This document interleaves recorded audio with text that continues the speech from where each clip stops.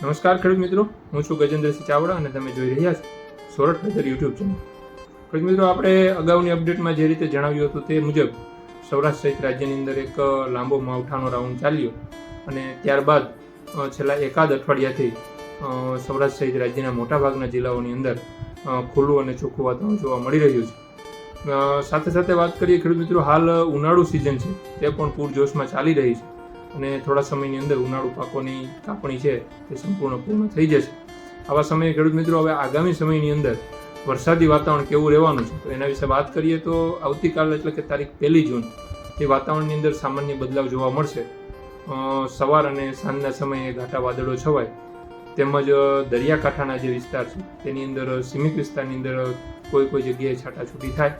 હવે ખેડૂત મિત્રો, અરબી સમુદ્ર ઉપરથી આવતા ભેજયુક્ત પવનોને કારણે તારીખ 2 જૂનથી વાતાવરણની અંદર થોડો વધારે બદલાવ થશે અને જે કાંઠાના જે જિલ્લાઓ છે, ખાસ કરીને ગીર સોમનાથ છે, અમરેલી, ભાવનગર, સાથે સાથે જુનાગઢ જિલ્લો છે, પોરબંદર જિલ્લાનો જે અમુક ભાગ છે, આ જિલ્લાઓની અંદર સાથે સાથે દક્ષિણ ગુજરાતના જે જિલ્લાઓ છે તેની અંદર પણ તારીખ 2થી હળવા ઝાપટાની શક્યતાઓ રહેલી છે.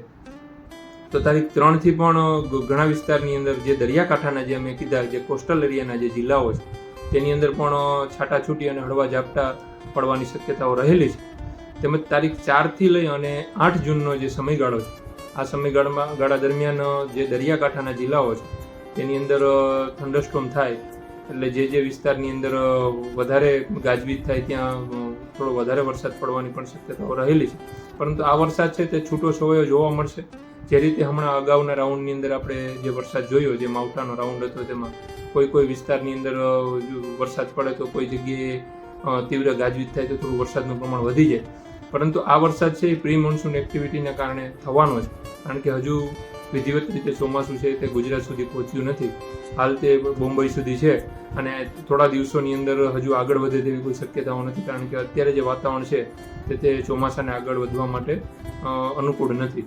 આવનારા સમયની અંદર હજુ પણ એકાદ અઠવાડિયું સુધી હજી ચોમાસું આગળ વધે તેવું હાલ લાગતું નથી.